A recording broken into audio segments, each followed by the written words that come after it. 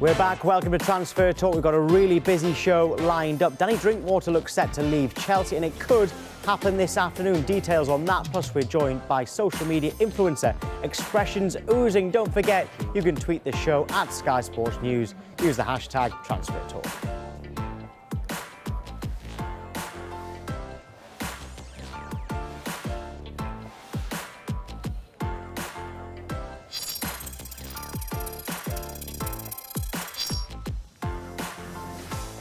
Yes, only one place to start, and that is with our social media influencer and YouTuber Expressions Oozing. Come on. Fresh from the Christmas quiz against Robbie. W's only. Yeah. I won.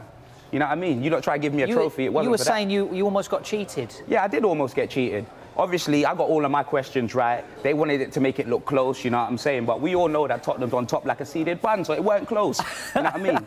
I had Robbie on strings, I won. I got all W's out here only. Obviously, he's a big Tottenham fan, so stay with us. We're going to be talking all things Tottenham over the course of the hour. We'll be covering a range of topics. We're going to kick off with Christian Eriksen, because Inter Milan's chief executive, Giuseppe Marotta, has confirmed they are interested in signing the midfielder, but he says they have made no contact with Tottenham so far. So the big question then, should he stay or should he go in this window, Christian Eriksen? He needs to go. He definitely needs to go. Like, I'm not forgetting everything that he's done for us, you know what I'm saying? Great player, Crystal Eric sensational, I coined it. He's done all he can for us, but this season he's been non-existent. He's been chosen, like Mourinho wakes up, I think he thinks he sees Luka Modric or something, but for me, he's just on the pitch, cutting grass. It's like a lawnmower, you know what I mean? He's not doing enough. Certain times we've got a hologram on the pitch. We're playing with 10 men, do you know what I'm saying? His corners, can't beat the first man. Gary Coleman corners, they're always short. So, like, I don't understand. Like, he's not playing enough for me. One thing I can say is if he had a season, like, the only time I'd let him go for free is if he had a season like Gareth Bale. You see Gareth Bale before he left, he was firing. Nearly got us to that top 4 spot. Yeah, we came up a little bit short, but we were lucky to have him. We saw he was changing the game. Eriksen, if you're going to leave for free after we paid for you, show me that heart. Show me them performances. Don't just come and then be walking away like Craig David in the summer for free. I can't be dealing with that. Come on. But don't you think Tottenham have a better chance of getting in the top 4 this season if Christian Eriksen's in the team, no? That's how I know you weren't listening to me. When he gets chosen, we got 10 men on the pitch. I'm telling you, yeah, he scored that wonderful free kick. He did. Thank you for that. But honestly, like, other than that, I just don't know. Like, baby oil on his football boots, no touch. Like, it's like he's not the same man. He's not I think he just wants to go. So if he wants to go, let's get some money for him. I know clubs ain't going to want to pay. Do you know what I'm saying? If I could take a girl out for free, why am I going to want to pay? You know what I mean? I'll wait a couple of months. But realistically, if we can get any money out of him, let's get it. I'll take it. I'll do a swap deal, 5 million. I'll take a pack of peanuts. We need to take something. Like, we can't just let him go on the free. Them days are over. Well, how would you feel then if he went to Manchester United or another Premier League team? You know what? At first, it was, I don't want him to leave. I'd rather him go abroad, this, that, and the other. But for me, what I've seen so far, I know he's not a player that's finished. I know he'll go to another team and he'll look exceptional. But for me, if he goes to Man United, we need a player in return. That's it. Man United could have him right now if you'd give me maybe a Rashford or it ain't going to happen, but a Rashford or something like that. You know what I'm saying? Well, United fans, if you want to have your say there, hashtag Transfer Talk at Sky Sports News. So you think go? What I mean, we've seen Toby Alderweireld signing new contracts. We're going to talk about Jan Vertonghen later, but there's no way for you. You can't see Christian Eriksen signing a new contract. You know the worst thing is, yeah, he's a midfielder, and like I said, our team right now is in disarray. We're like a Premier League pack of polos. Like, we've got nothing in the middle. Bagel FC, no DM. You know who we got playing DM? Alicia Keys, no one. You know them way there. That's who we've got playing DM. Nothing there. So our defence is under siege. I'm going to games. We haven't kept a clean sheet since Dembele went off to China. Do you know what I mean? We haven't kept a clean sheet since then. We can't potty train these, man. Our defence is done. That's what it is. So in the middle, yeah, I'd like to say, we need a midfielder and maybe Eriksen can cover there. But nah, he's not doing enough. He is not doing enough. Like, our midfield, like, it's non-existent. I'm telling you, our formation at times is 4-2. You know what I mean? Not 4-4-2, 4-2. It's like a bagel. You know what I mean? There's just nothing there. So for me, we need to bring in a DM, someone. Like Eriksen, he can go. Like, that's it. Like I even said, send him to Aston Villa, let's take Jack Grealish. You know what I'm saying? It just is what it is. I'm forgetting about the names and that now. I just want talent. You know what I'm saying? OK, that's what Expressions Oozing thinks. I think he's made himself clear, don't you think? Yeah, I Very think Anyone disagree? a polo and a bagel with nothing in the middle. I particularly like those ones. He also said he'd take a bag of peanuts for Eriksen right now. He just doesn't want to leave him for free. Just to reiterate, though, Alice, what we know about any potential move right now. Firstly, can I just say, Aston Villa fans aren't going to be very happy about that Jack Grealish comment over there. But so we know that his contract obviously expires at the end of the season, but he is free to talk to foreign clubs, obviously, this month. Now, Inter Milan, their chief executive, you just touched on it there, Dave, that Morata spoke to Sky Italy last night and confirmed that they're interested in signing him, but they say they've actually made no contact with Tottenham. This is what he had to say. Often important players are approached to us. Eriksen is an excellent player. His contract expires in June. We've had no contact with Tottenham. I still believe there are many teams interested in him, and we've not started any kind of negotiations. I simply say that he's an interesting and important player. Now, Daniel Levy also, we can't forget that he said that he wouldn't be too disheartened if a Premier League rival was to come in for him as well. And we know that Manchester United have shown potential interest as well. So it does look likely that he is going to leave the club. Mourinho won't want him to. Mourinho says if he were Jan Vertonghen, if he was Christian Eriksen, he'd want to stay himself with everything they're looking to build. But fairly likely at the minute. Yeah, Emma, expression was quite clear that he thinks he should go now, but can you see the logic in him staying until the end of the season? Because we know, all right, he might not be playing up to scratch according to expressions at the moment, but we know how good he is. Oh yeah, we absolutely do. But the question really is whether he wants to stay and be a vital part. I find it's a sad state of affairs, really, like listening to Mr. Oozing over here. A season ago, fans would have been devastated if they heard that Christian Eriksen was going to leave the club. And now it almost feels like it's a bit of a relief if he does go in this window. And you've got to think back, since he's joined the club back in 2013, he has registered the most assists in the Premier League, the most chances created, the most goals from outside the area, the most goals from direct free kicks. There is no doubt he can play a vital part in this Spurs squad, but the question is, does he want to? But expressions, just like, you said there that how you want him to go, and you talk about potentially going to a Premier League club. Would you prefer Tottenham to flex the muscles and say, right, you're not going to a Premier League club, I would prefer to let you go for free rather than you go to a rival right now? But if he goes for free, then we could have a Sol Campbell thing all over again. You know what I mean? Because he can go anywhere. You know what I mean? So just because he can go for free, don't mean that he can't come to the Premier League, right? He could still go to an Arsenal, a Man United, you know what I mean? So if we could sell him right now, even for $5 million to Inter Milan, I would do that. I would do that to stop him from going for free to a Premier League club. 100%, I would do that. Do you know what I mean? What about those stats that Emma just said there? You're losing that type of quality of player. We lost that last season. Yeah, like we haven't seen, like I said, like I'm not being like blind to it. I've seen Eriksen since he's come. I've seen him in poor form. I've seen him, you know what I mean, dip in and out of form. But this is just something else. It looks like a man that's not interested. Do you know what I mean? For me, it's like you can play 90 minutes, you can run around, you can do all of that. But for me, it's the heart. It's the heart and passion. You can have a bad game, but I need to see heart, passion, and desire. And for me, that's gone. Do you know what I mean? For me, he's just there, like I said, cutting grass. Have you seen anything in Giovanni Lo Celso to make you think he could be the long-term replacement? Because you can sign him, you've got that clause in there. See, the thing is with Lo Celso is he needs time, and Mourinho doesn't look. I don't think Mourinho will play him, innit? Like Poch signed Lamela, Foyth, Lo Celso, the Argentinians, Paulo as well. You know what I mean? Poch is a manager that can make players better. I don't think Mourinho's a manager that can make players better. Mourinho's a player where if you're not performing, then he'll buy someone else, and he'll buy a 30-odd-year-old, you know what I mean, over him, innit? I don't think Mourinho's a manager that can make players better, but he is a winner, you know what I mean? So the players will look up to him and be like, you know what? I'll listen to you for 4 hours. I will do these 100-meter sprints 5 days a week because you know what? You've won something. Whereas Poch, when Poch is telling these men to train 5-6 days a week, they're like, hold on a minute. I want to eat my Christmas dinner. Like, I've been doing this for 6 years and you haven't brought me any silverware. Why should I listen to you anymore? But at least Mourinho can just walk in with his fingers and say, you know what? I got these. If you want it, follow what I got to say. Well, Alice has just, I think you were trying to make the point about Mourinho and Ali. 5 goals in 7 games as soon as Mourinho joined. He was in poor form before then. His brother, Jose Mourinho, saying, where's Dele Alli? It's his brother playing. Like, how can he not have made players better? No. I mean improved players like on a training ground, we'll have a young player like Oliver Skipp. You know what I mean? Like Poch has shown us Oliver Skipp couldn't be ready for the first team soon. Mourinho, for me, that's a mentality thing. Dele Alli's looking at Mourinho and be like, you know what? Yeah, that's Mourinho. He's won trophies, and let me show him what I'm capable of now. Dele Alli didn't lose his footballing ability. He just went to sleep. You saw his celebration when he scored his 1 goal and he went like that. He woke up, he came out of his little poker ball, you know what I mean, and he's ready to go. So, Keith, expressions there saying that he'd even take £5 million if he was to go abroad. I mean, £5 million to a club who are used to being in the Champions League with all that Champions League money. I mean, one Champions League wins about £3 million. Do you think that might be a little bit harsh on Eriksen to say that he'd accepted just $5 million? Well, I think expression said he'd take a bag of peanuts. Yeah, but even more so than £5 million. Yeah, I think so. I'm actually really surprised to hear that, because obviously Spurs isn't a team that I cover, don't see too much of.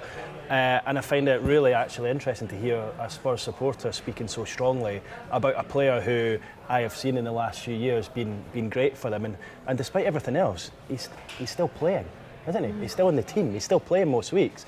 And obviously, when you think of Jose Mourinho and what he does and what he wants, Mourinho, without doubt, will want to keep him at least until the end of the season. And whether that means he's not got 20 million or 10 million, I don't know what he's valued at.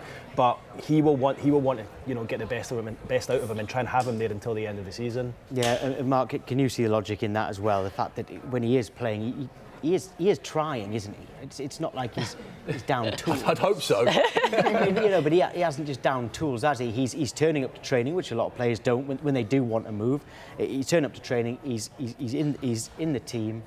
And, he is still performing, as Emma's got the stats. Yeah, absolutely. It'd be interesting to see what happens and develops over the course of the next few weeks. Obviously, he's an instrumental player for Tottenham and has been for so many years. It doesn't seem like he's going to sign a new contract. But, at the end of the day, it just depends on what one man wants to do, and that's Daniel Levy. We know he controls the club, and if he feels it's time to move Eriksen on, he'll move him on in this window, and if he doesn't, he'll wait and see what happens in the summer. We will be all over this deal throughout the window. There'll be plenty more from Expressions to come as well. But now it's time for State of Play with Emma. Yes, let's bring you right up to date. Inter Milan contacted Chelsea about the possibility of signing striker Olivier Giroud before Christmas. That's according to Sky in Italy. Chelsea defender Danny Drinkwater has arrived at Aston Villa's training ground to undergo a medical after the two clubs agreed a loan deal for the midfielder. He is expected to be confirmed as a Villa player later today. Swansea are close to a deal to take Liverpool striker Ryan Brewster on loan until the end of the season. He'll have a medical this lunchtime, and Scott Sinclair is on the verge of a move to Preston from Celtic, bringing him back to England for the first time since he departed Aston Villa. So much more to come. We'll be back with Expressions Oozing to discuss Jan Vertonghen and more on that news about Danny Drinkwater as well.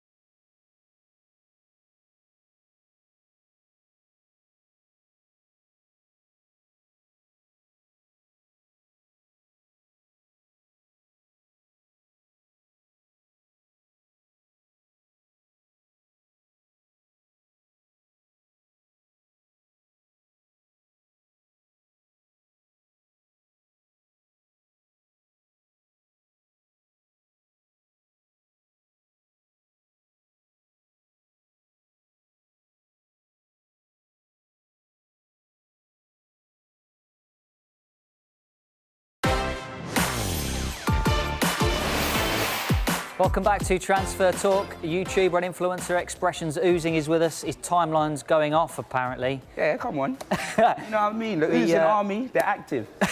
We talked about Christian Eriksen earlier on. Let's talk about the future of another Spurs player, which is under real scrutiny at the moment. Jan Vertonghen. He's another one whose contract is coming to an end. So what do we think? What do you think the future holds for Jan Vertonghen? You know what, yeah, this one's hard for me. I'm telling you, boy, I'm undecided. Feeling like Chris Brown, you know them way there. You know them tune there. But you know what it is, yeah? Like, with him and Toby, I call them the Belgian barrier, you know what I'm saying? Yannick Vertonghen, Skywalker, and Toby Wan Kenobi, you know what I mean? A Star Wars thing. You know what I mean? Yeah. Belgian barrier, you can't get through them. We had the best defence at one point. This season, and even last season, I'd say Vertonghen was our best defender. But you see, this season, like, it's so difficult for me. Like, I think he's just been exposed at left back. He's not a left back. He hasn't got the legs anymore. When he played up against Daniel James, it's like you got a man against like the Flash. You know what I'm saying? And he ran around him like Vertonghen probably aged 3 years after that game. Do you know what I'm saying? It was unbelievable. So for me, he's been exposed playing left back. He's been shocking. I'm not gonna lie, he has been shocking at times. But our defense, I already told you, it's like a Texaco petrol station. It's open 24 hours. You know what I mean? So for me, like, he can't. I would do a swap for Koulibaly, but he has to stay. He has to stay. That's not the game we're playing. He has to stay. All right, cool. He's staying. You know why? And let me tell you why he's staying. Because, like I said, he's definitely staying. Because, like I said, Mourinho looks like Eric Dyer, like he's Sergio Busquets. You know what I mean? He thinks Aurier is Sadio Mane. Yeah. Vertonghen, for me, like, he can do up bench. He could do up Tom Hanks and Forrest Gump. You know what I mean? That's what he can do. Because we do need a new centre back. You know what I'm saying? He is aging. But he's done too much for us. He's been at us for how long? A good 4 or 5 years. He hasn't won anything. We need to put some respect on Vertonghen. I'll give him a new deal, 100%. I don't think he left back. I don't want to see him. I will see him centre back. Don't want to see him left back. 100% he can stay, but we still need a new defence. That's the point then you're making. So he stays, but as more of a squad player. Yeah. Stays as a squad player. Centre back. I do not want to see him left back. It's nah. I think he's one of your longest-serving players. That's what I mean. I've got love for Vertonghen, you know. Love for Vertonghen. Like, this season, that's what I'm saying. This season's exposed him. I don't want to just forget about what he's done for us. This season has exposed him. For me, last season, he was like our best defender. This season, if you ask me, who do you want to be captain? I'll say Vertonghen, you know. 100%. And it's not because I sat down and played Monopoly with him, you know, them way there. But, yeah, no, 100%. I would say Yannick Vertonghen, Skywalker. But I think he's been exposed, so the fans are looking at it like, you know what?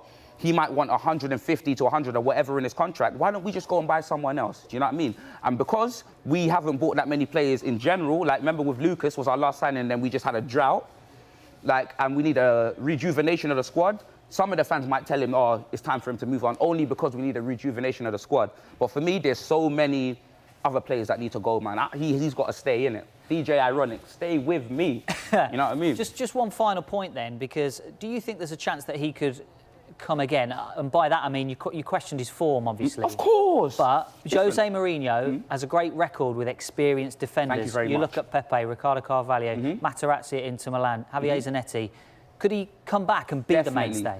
Definitely. Trophy Mourinho can bring back a 40-year-old Ibrahimovic, a bag of hat-trick in the final. You know what I'm saying? Age ain't nothing but a number to Jose. You know what I mean? That's literally what it is. So with Vertonghen, it's a different scenario to Eriksen. Eriksen's young, you know what I'm saying? Eriksen's career isn't done. I just know he's mentally done at Tottenham. Vertonghen wants to stay. He wants a new deal. So for a man that wants a new deal, we need to give it to him because you can't forget what he's done. You know what I mean? He's been one of our best defenders. Like you know, he still is to be, yeah. He's just had a rough patch, you know what I'm saying, for me. Nah, man, he's got to stay. Like I said, Davinson Sanchez, he's all right, but he's like my PlayStation. Like, he goes on standby, you know what I mean? And he falls asleep and then it costs us. You know what I mean? At least Vertonghen, his head's in the game 90 minutes. Yeah, he's this season, I can't say that. But prior to that, yeah, man. OK, so an unequivocal go for Christian Eriksen, but stay for Jan Vertonghen. Yeah, we'll talk about Vertonghen in just a second. We've been getting so many tweets, #TransferTalk at Sky Sports News, about the Eriksen chat. I'll just read a few out but before we bring you up to date with Jan Vertonghen. We've got Kovo, who says, if we were to sell Eriksen, I think Dybala or Bale would be the ideal replacement for him.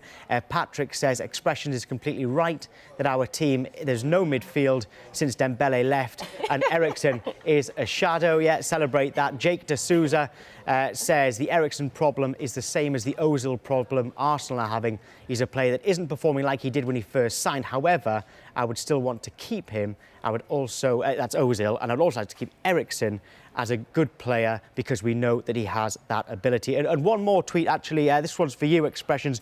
John Hickey asks you a question. Yeah. He says he's loving the Spurs fan in the studio, all right? He says, I just want to know what flavour peanuts he'd rather, dry roasted or salted for Christian Eriksen. Yeah, like, tell him salted 100% because Right. I've seen enough dry. I've seen my team hold 7 in the new stadium. Like, I've seen the dry. You know what I'm saying? Yeah. That's it. We definitely need. Actually, no. Let me change that. Make it dry because we can't keep a clean sheet. You know what I mean? So yeah, I'll take the dry peanuts. Right, OK, that's Eriksen and Vertonghen covered. We're going to move on, actually, because there are some developments in the transfer market today. Fast developments, actually, on Danny Drinkwater. A lot's happened since Good Morning Transfers. Chelsea midfielder has arrived at Aston Villa's training ground for a medical after the two clubs agreed a loan deal for him. Right, so Mark, what do we know about this deal?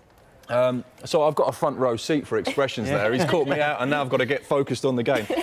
This is obviously another breaking news story today here on Sky Sports News and Transfer Talk.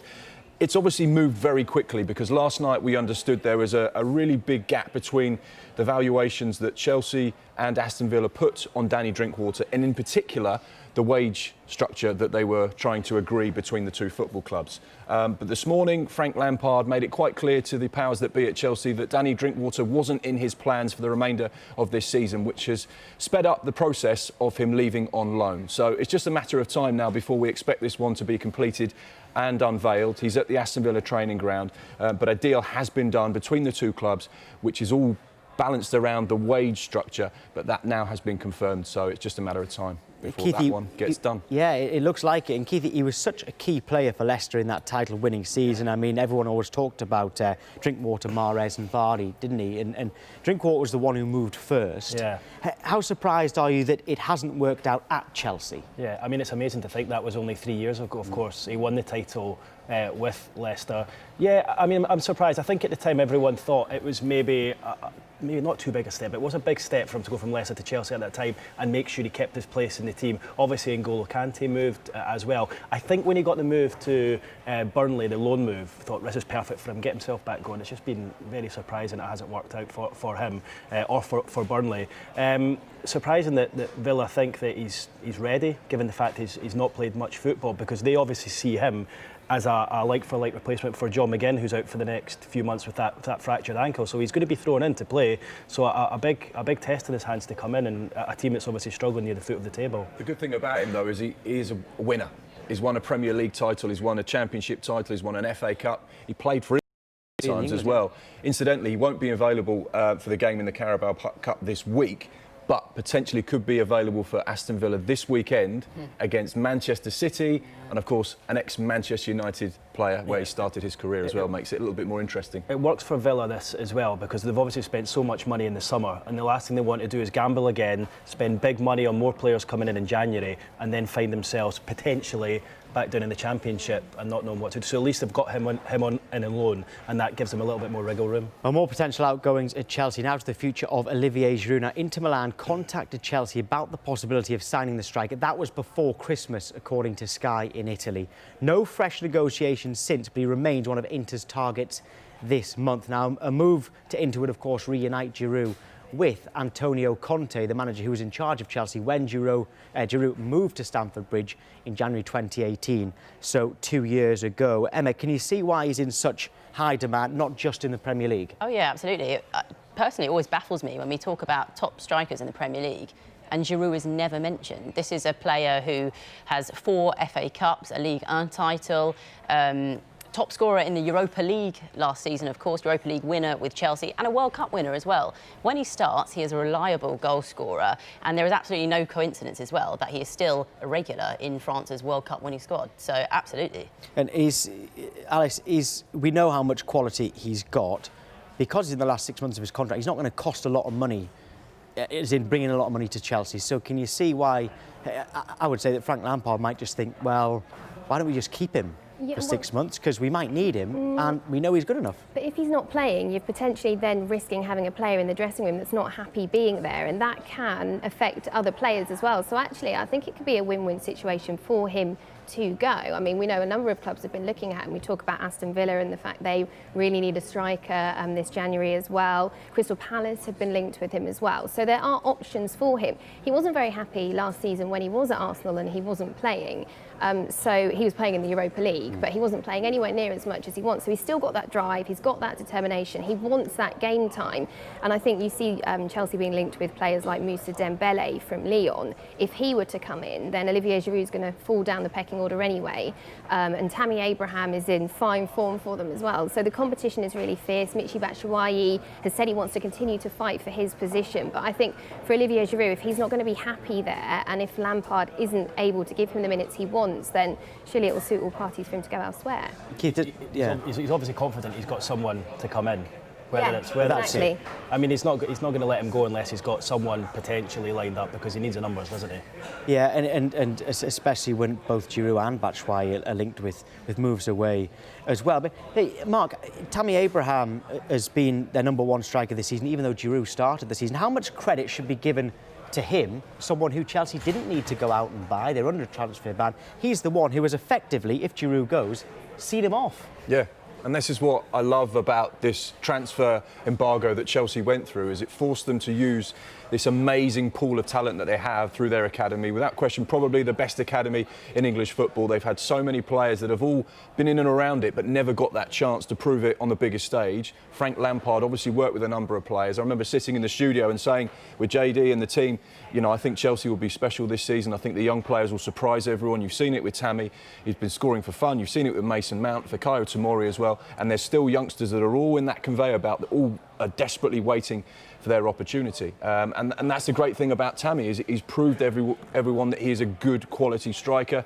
He's done it properly. He's been out on loan. He's played in the Championship. He's played in the Premier League. Now he's got his big chance at the club he loves, and he's absolutely smashing it, and it's brilliant to see. He is. Right, next up on Transfer Talk, Wilfried Zaha. Will he be on his way out of Crystal Palace this January? We talk about this a lot. Don't forget as well to download the Transfer Talk podcast on iTunes, Spreaker and the Sky Sports website.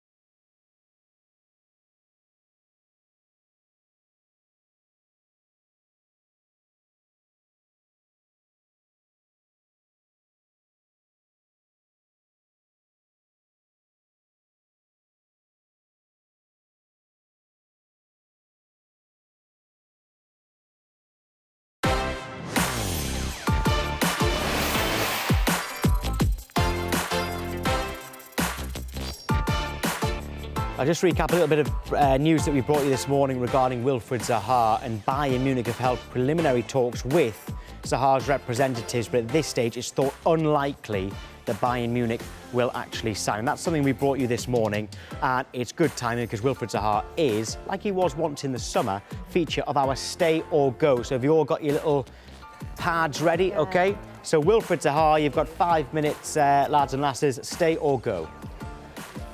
That's upside down, Keith. It looks good from here. Own goal. So Keith says own goal. Oh, you're both right. So 4. This is the first time we've ever, you lot, sorry, have all been in agreement. So OK, I'll come round the table. Mark, first of all, why should Wilfried Zaha leave Crystal Palace? Quite simply because we're talking about him in every single transfer window. He's made it really clear that he wants to move on, he wants to play Champions League football, he wants to play at the highest level, he wants to test himself. I think he's still got that unfinished business as well because he got that big money move to Manchester United, Sir Alex Ferguson signed him, it didn't work out, he ended back at Crystal Palace, he's developed as a player once again, and I think now he wants to prove that he is one of the top players in world football and in the Premier League. And it's quite interesting, the developments we brought you on Sky Sports News throughout the course of the today and this morning. We spoke about it on Good Morning Transfers. He has changed his agent over the course of the last 72 hours. That's been confirmed, and he now has super agent Pini Zahavi. And that was quite interesting when I saw that one break because it takes you back to some of those big money deals that have happened in world football. He was responsible for taking Rio Ferdinand from West Ham to Leeds, and then from Leeds to Manchester United. He was responsible for taking Jaap Stam away from Manchester United to Lazio. He's been involved with Carlos Tevez, Javier Mascherano. And quite interestingly, he's very close friends with Roman Abramovich. And that's something that I think is quite interesting in the whole picture of this Wilfried Zaha scenario, because he now has an agent who's close with an owner, and we know that Chelsea have always been admirers of Wilfried Zaha. So it's an interesting development, and I think this time, hopefully this window, maybe the summer, it's time for him to move on. So that's why Wilfried Zaha needs to go. OK, well, you just threw that one in there nicely about Abramovich. Alice, well, you all agree that he should go. Yeah, I think he's 27 years old now. As you say, Mark, it does feel like we've talked about him time and time again. But with the emergence of so much young talent, come the next transfer window, we might not even be talking about him anymore. So I think go while you can. Crystal Palace, looking like they could be potentially, well, it'd be harsh maybe to say in a relegation battle, but they're not going to be testing for the top 6, I'd say, this season. He really wants to stretch himself. The time has come. When better time to go than now, I would say. I would say he should leave, I think, now. Yeah, I mean, I agree very much the same as what Mark and Alice are saying. He deserves a second chance, doesn't he? Obviously, it didn't work out for him at Manchester United. He does deserve that, and this is a player who should be playing at the top level, and we can't keep talking about him, can we? I know, that's the thing. I always feel like I don't want time to run out for him to actually get this bigger deal. You know, you say about him being 27 now, and obviously it didn't happen in the summer. We know Arsenal and Everton were both interested, and you've got to feel a bit sad for him, really, that it didn't work out. And I know you guys were talking on Good Morning Transfers about only 3 goals and 2 assists this season. That's not good enough. However, if you take a closer look at his stats, they actually show he is a player who's putting in 110% game in, game out. Most take-ons in the Premier League this season, most dribbles in the Premier League this season. He is 3rd on the list for most touches inside the opposition box, and that is only behind Raheem Sterling and Mo Salah. You can't say that this player, who had a setback, I suppose, in the summer, has then come back and not putting in maximum attitude and effort. Well, I'm not supposed to have a say, but I'm going to say that Wilfried Zaha should actually stay, because I think Palace are flying and he is the key man there. Right, OK, going to bring back a feature from the summer now, aren't we, Emma? Yes. Over to the Sky Pad and explain to the viewers what we're doing. Yes, we're bringing back our Forgotten Men feature from the summer. This is where we take a look at 3 players who aren't getting much of a look in for their club and see what the future might hold for them. First up is Everton's Omar Niasse. He signed from Lokomotiv Moscow 3 years ago. The striker is in the final 6 months of his contract now. He was stripped of his shirt number and ordered to train with the under-23s under Ronald Koeman. He did feature in this pre-season before being phased out completely, and he last started a league game back in May 2018. 2019. Another man who has been forgotten about is this one right here, Jack Colback. He signed a long-term contract at Newcastle in 2014 when he left local rival Sunderland on a free. It was a 6-year deal at the time, but he hasn't featured regularly since their promotion from the Championship way back in 2017. He went on loan to Nottingham Forest last season, and even a change in manager hasn't been enough to get him back into the fold at Newcastle. He'll be on a free in the summer, like we said, unless someone takes him off Steve Bruce's hands this month. And finally, this man here, Leicester defender Filip Benkovic, he's been surplus to requirements for Brendan Rodgers this season. He made his first start of the season in their FA Cup win last weekend and went off injured with a knee injury. So those are the 3 men, guys. Yeah, OK, and it's an interesting one, Keith, there. The one that stands out to me was one that I brought up in the summer with Jack Colback, because it was quite a coup for Newcastle at the time, purely because he was free from their local rivals. Yeah, I mean, it was a huge transfer at the time, certainly in the North East. And not so long ago, Jack Colback was actually in the England squad. But it's not worked out for him under Rafa Benitez, and certainly moving forward under Steve Bruce as well. He didn't include him in his 25-man pool, 25-man Premier League pool. But sadly for Jack Colback, he's actually injured his knee in training just last week, and he's out for 4 months. Oh, I didn't know that. Yeah, I missed that news. yeah. So he will not be available. So he's available for loan, but who's going to take an injured player? So he will be for the next 4 months getting treatment at Newcastle United, which is a real shame for the player, because I think there were opportunities for him there. I know Middlesbrough were interested, and it would have been a good move for him. It was just 30 miles or so down the road, so I think he would have been interested in that.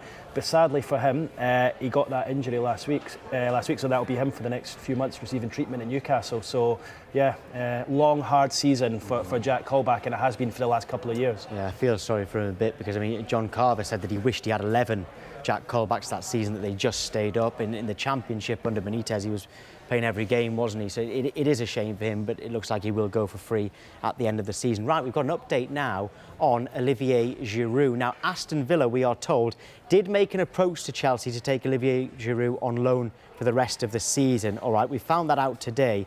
However, as we know, but just in case you don't at home, competition rules dictate that only one loan is allowed between the same 2 Premier League clubs. So with Giroud deal looking unlikely, well, it's looking unlikely now, Villa have opted for Danny Drinkwater instead. So you can have 2 domestic loans, but they can only be from one club at the same time, all right? So they can have Drinkwater. It means they can't have Giroud on loan. It would have to be permanent with Giroud. So they're going to take Drinkwater instead. We've been told that Giroud's preference is actually, all right, this is a big one, to go out to Inter Milan and link up with Antonio Conte rather than join Villa in what he sees as a relegation battle in the Premier League. We're also told that Villa approached Chelsea about taking Michy Batshuayi on loan.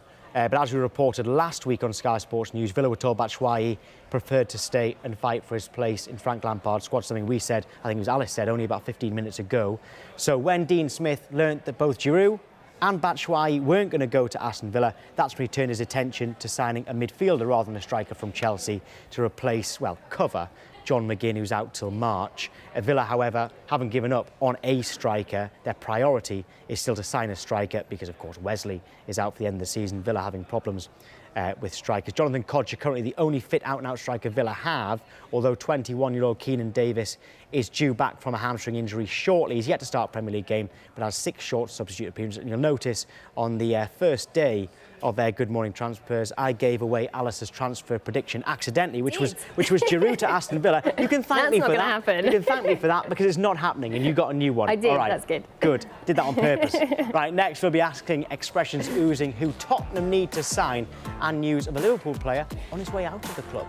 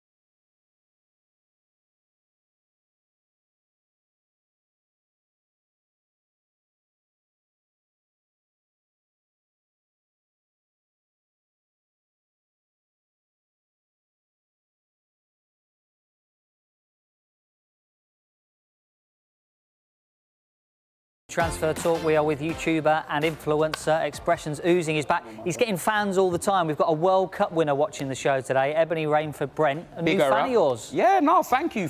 Much love. She said she's never watched football in her life, but she likes the energy, you know what I mean? I'm feeling like a Lucozade bottle out here, you know what I mean? Love that.